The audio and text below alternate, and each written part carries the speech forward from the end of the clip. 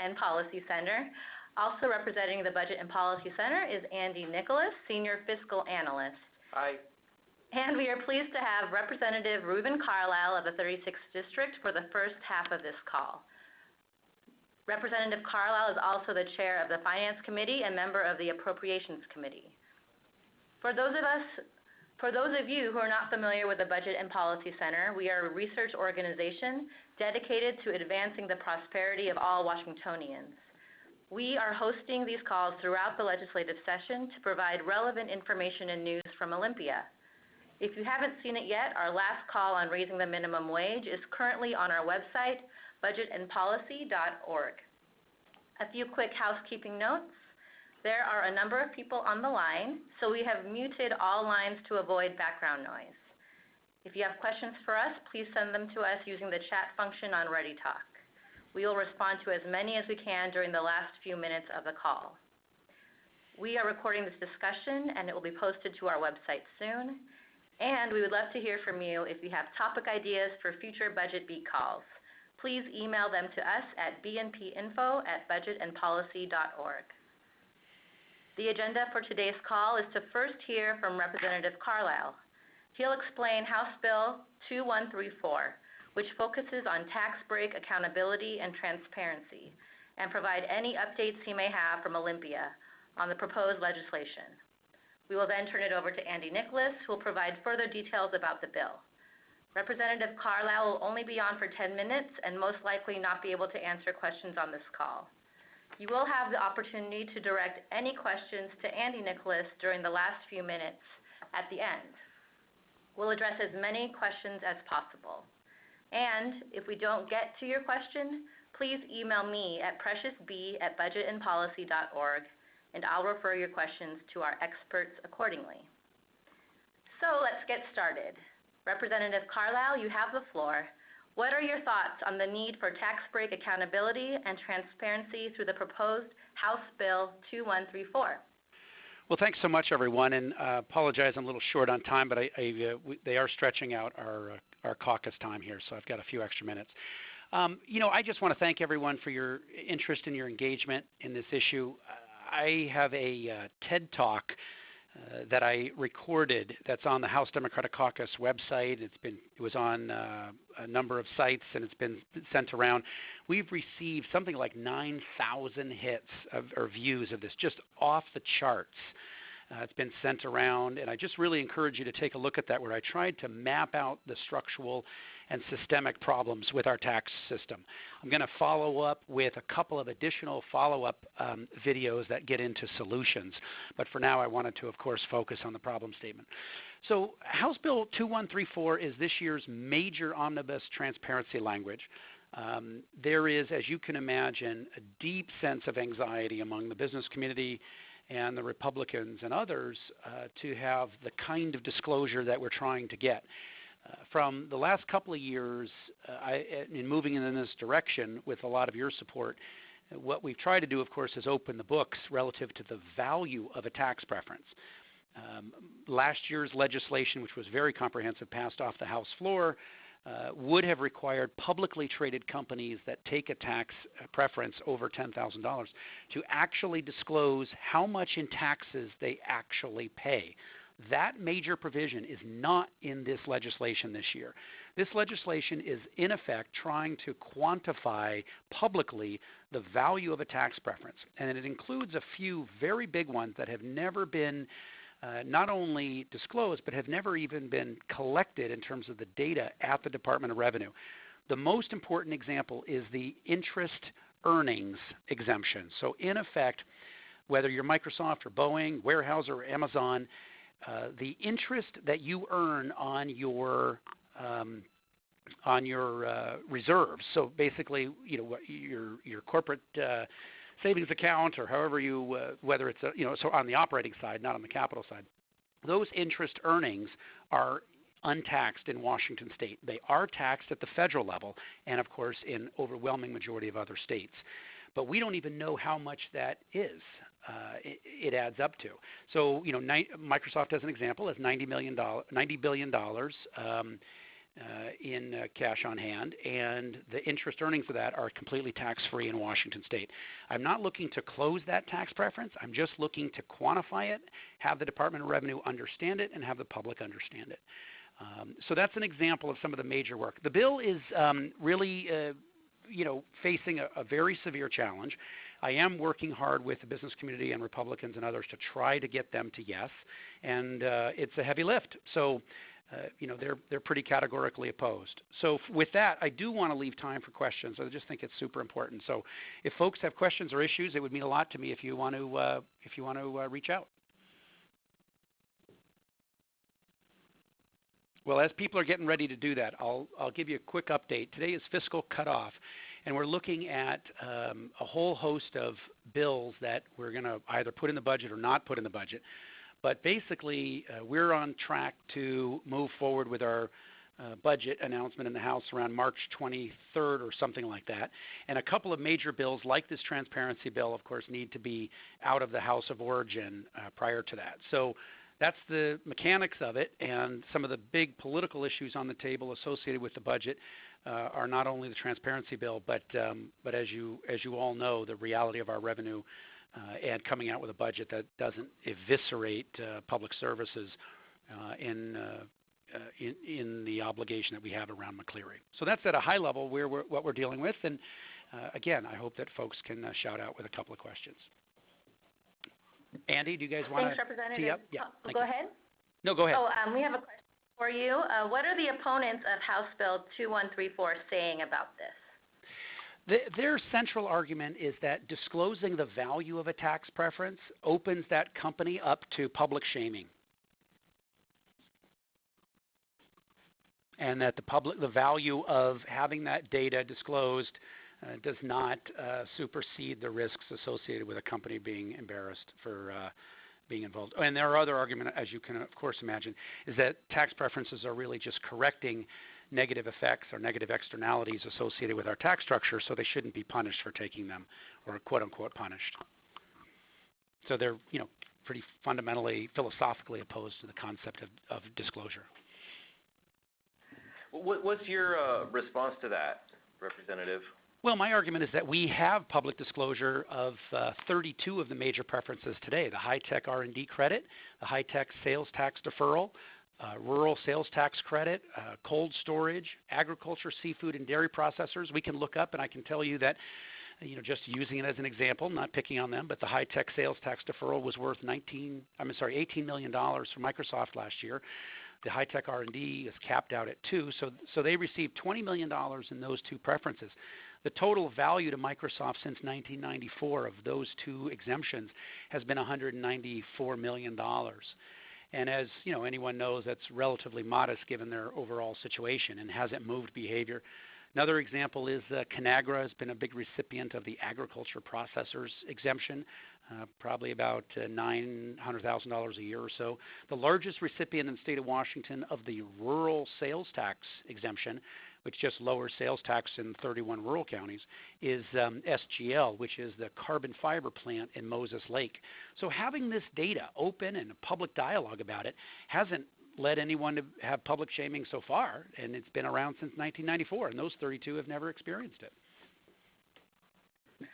Thanks, Representative Carlyle. We have a question that came in through the chat line, and here's what it says. Thanks for all your work on your TED Talk, which is great. You mentioned services which are not taxed. My understanding that the greatest portion of services is healthcare costs. Are you taking that into consideration when you talk about taxing all services and excluding health services? That's a great question. Well, we do tax services in the context of the 1.5% business and occupation tax. But that is substantially lower than it would be if there was a sales tax on services. So I'm not proposing a sales tax on services. I'm simply proposing and saying that we ought to get serious about setting the service rate at a realistic level that takes into consideration the fact that we don't have a sales tax on services. So, for example, looking at reform, we might raise the service rate substantially to 3-4%, but then, as an example, figuratively, allow service-based companies to deduct the cost of their salaries and wages as opposed to a pure gross receipts tax. So that's where some structural reform of the B&O tax to move away from gross receipts and move toward more marginal income net profits makes a bit more sense. Now, having said that, I think healthcare is absolutely critical, and my central argument is that the philosophical construct that hospitals, for example, should be exempt from all property taxes is an idea rooted in the pre-Affordable Care Act era. The amount of uncompensated care that hospitals are experiencing now is plummeting by the day due to Obamacare, and I think we need to reconsider our tax policy as well. And do you have time for one more question before you have to leave? Yep. All right. I'll pass it off to Andy Nicholas. I just kind of wanted to follow up on what the other side is saying about this, and you're absolutely right that they're calling out. They're sort of saying this isn't fair, that there's a privacy issue, but the more technical one is that they would face a competitive disadvantage if this information was out there, that their competitors in other states would somehow be able to use this against them. And I'm wondering what your response to that is. Yeah, their argument is that in effect you can reverse engineer. If you know the value of a preference, then you can figure out their gross receipts, which it's interesting to me, especially if they're publicly traded companies, because they release that at the aggregate national level anyway. So why they wouldn't want that for Washington State is just not a big deal. Obviously I'm making the argument that there is a fiduciary and a public responsibility to have this data. And today legislators don't even have this data outside of myself. So it's incredibly weak argument. The idea that there's some higher fiduciary and moral right to confidentiality of the value of a tax preference, but we as legislators are expected to vote on them, pass them, sponsor them, amend them, and not know the impact of those very policy decisions in our own bills, I think is below us as a state. Great. Thank you, Representative Carlyle. Thank you for joining us and for all your leadership in improving our tax system. Thank you so much, everyone. Have a great day. Please send me any messages via Twitter or email or a call, and I just really appreciate it. Thanks so much. Thanks, everyone. Cheers. Bye. Now let's turn to Andy Nicholas, our Senior Policy Analyst, who will give further analysis on House Bill 2134. Hello, everyone. It's great to be here. I think what I'll do here is sort of back up. We know at a high level from talking with Representative Carlyle that this is about sort of transparency and public disclosure of tax breaks. What I'll sort of do is walk through mechanically what the bill would do and some of the other things that we weren't able to get into. And I would note that this bill does some fairly complicated, wonky things, and our messaging department has had some challenges with this one, but I think we're getting our heads around it a little bit. The first part of the bill would release a lot of the data that Representative Carlyle was saying. So if you're a business that has more than $10,000 a year in a particular tax break, the department would have to put on its website a searchable database where the user could go in and look for a company and then see the tax breaks that that company gets and how much they're worth every year. And this is, of course, the big thing that the business community is opposed to. In addition to what Representative Carlyle was saying, is that the bill also includes a provision that any data that goes up there which has to be at least 2 years old. So there is not up-to-date information that a competitor would be able to use against a business. It's already considerably out of date. And as he noted, this information is already published in aggregate at the national level with the Securities and Exchange Commission. So there is no real competitive argument. The other thing that I like to say about this is if you know anything about the seedy world of corporate espionage, businesses are hiring people to go and hang out in bars where their competitors' employees work and listen to the stories to try and get real-time information on what that business is up to. So getting 2-year-old information about a tax break that a business got is not anything that a competitor would be surprised to have or would not have already gotten through federal channels or for some of their own investigative work that they do. So I think that argument is solidly debunked. The second thing that the bill would do is it would implement some changes that have been recommended to the way that we report on tax breaks.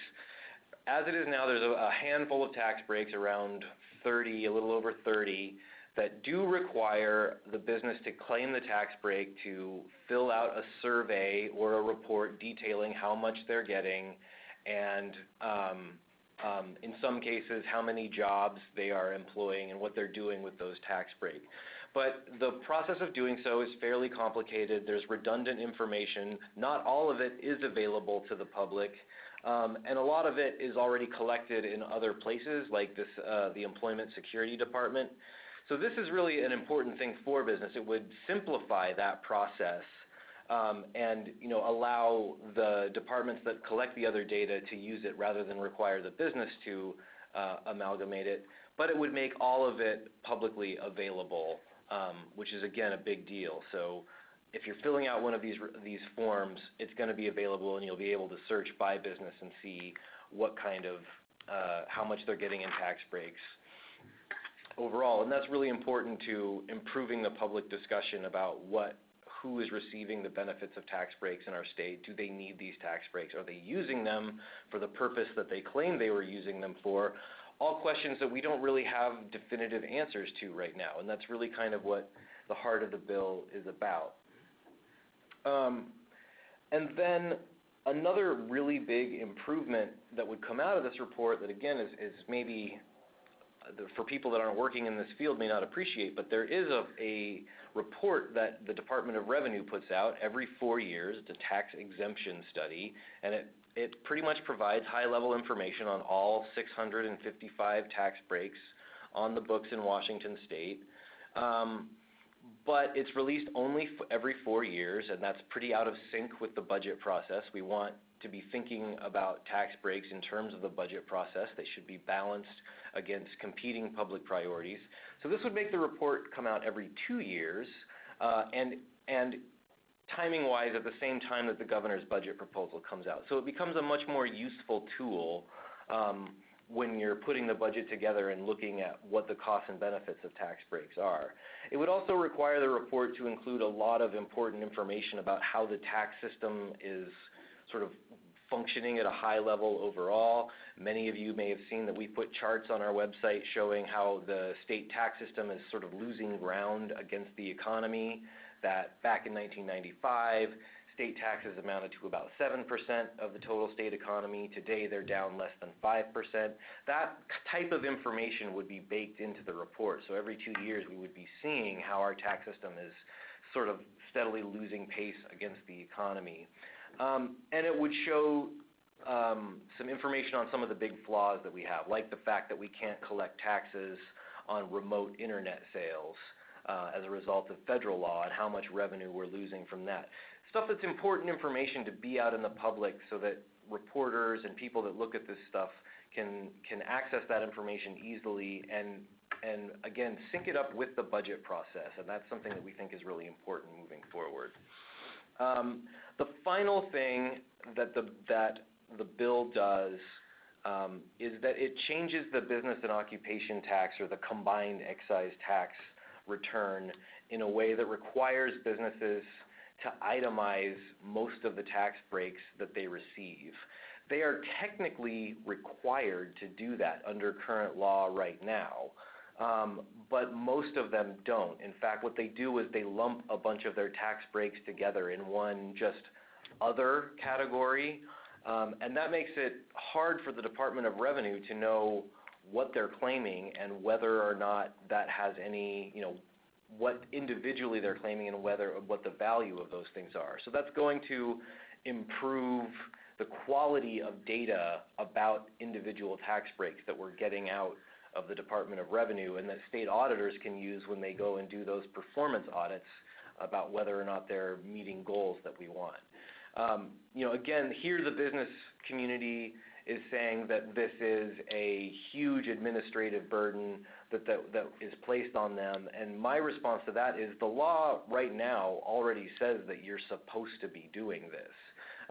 What the bill would do to make sure that businesses actually do it is impose a fine if they don't, and of course that's what the business community really doesn't want, is to be fined for combining and hiding tax breaks that they're reporting in their return in bulk. So that's a pretty high-level overview of what the bill does. We've got a post on our website that goes into some more detail about it, and we've got testimony that I have done before committee and some other resources that are available. Thanks, Andy. We now like to take more questions from our listeners, and if you've submitted a question already through the chat line, we'll get to those first. And if you have not done so, please feel free to send us a question, and we'll do our best to get in the remaining time that we have, and we do have some time. So we do have another question. One of the remedies that the Supreme Court could employ is voiding all exemptions. Do you know how much revenue that might be onto the table? So that was an interesting thing that came out of the McCleary hearing from the court, is that one of the justices said, well, maybe we could just invalidate all of these tax breaks. Whether or not that was serious, I don't know, but my hope is that that maybe spurs the legislature to act on the McCleary requirement. One of the reasons why this is important is that we don't actually know the answer to that question. We have some ballpark estimates. In the past, we've estimated that all state tax breaks for which you could actually, if you close them and they would actually generate revenue, there are some that wouldn't generate revenue because it's administratively not possible to collect that revenue, or in some cases they're property tax exemptions, which technically doesn't change the amount of revenue you get, it just changes the balance of what types of property are subject to taxes. But we have ballparked it at around $6.5 billion per year. But again, those are very loose estimates based on taxpayer savings, not actual revenues that the Department of Revenue generates. And again, the consequence here is that we're living in a world in which we do not have very good information about what we are foregoing in terms of revenues that could be available to fund other priorities from tax breaks. And that's why we have been big proponents of this transparency effort for a number of years now, and we'll continue to push this as we move forward.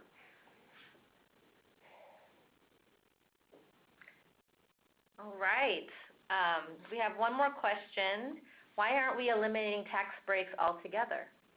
Well, as many of you may be aware, we are advocates of getting rid of wasteful tax breaks. And, wasteful can be measured in a lot of different ways, but in the environment that we're in right now, we have a mandate to make a better education system for our kids and grandkids, and it's hard to think of how a tax break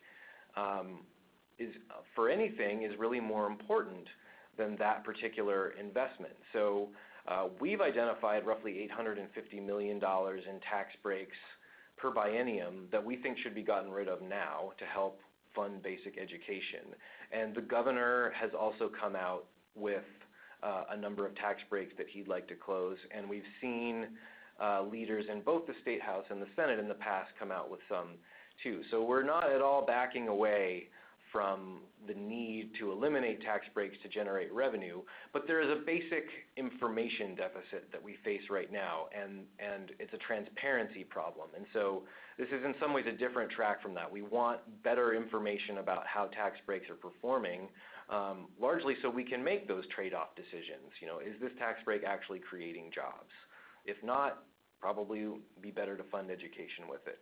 But that's a hard call to make right now because there's so little information. So that's why we think transparency I mean, transparency is a normative good no matter what. We should be transparent about the state budget process. But there's a real world good too, in that we need information to make decisions about the priorities of our states. And when it comes to the tax break system, we're lacking a lot of key information that we need. Thank you, Andy. So we need to sign off now. So thank you all for joining us today. And again, many thanks to Representative Reuven Carlyle for participating in this call. And if you'd like to listen to this discussion again, we'll be posting the call to our website, budgetandpolicy.org. After you sign off, a survey will pop up on your screen, and we encourage you to give feedback.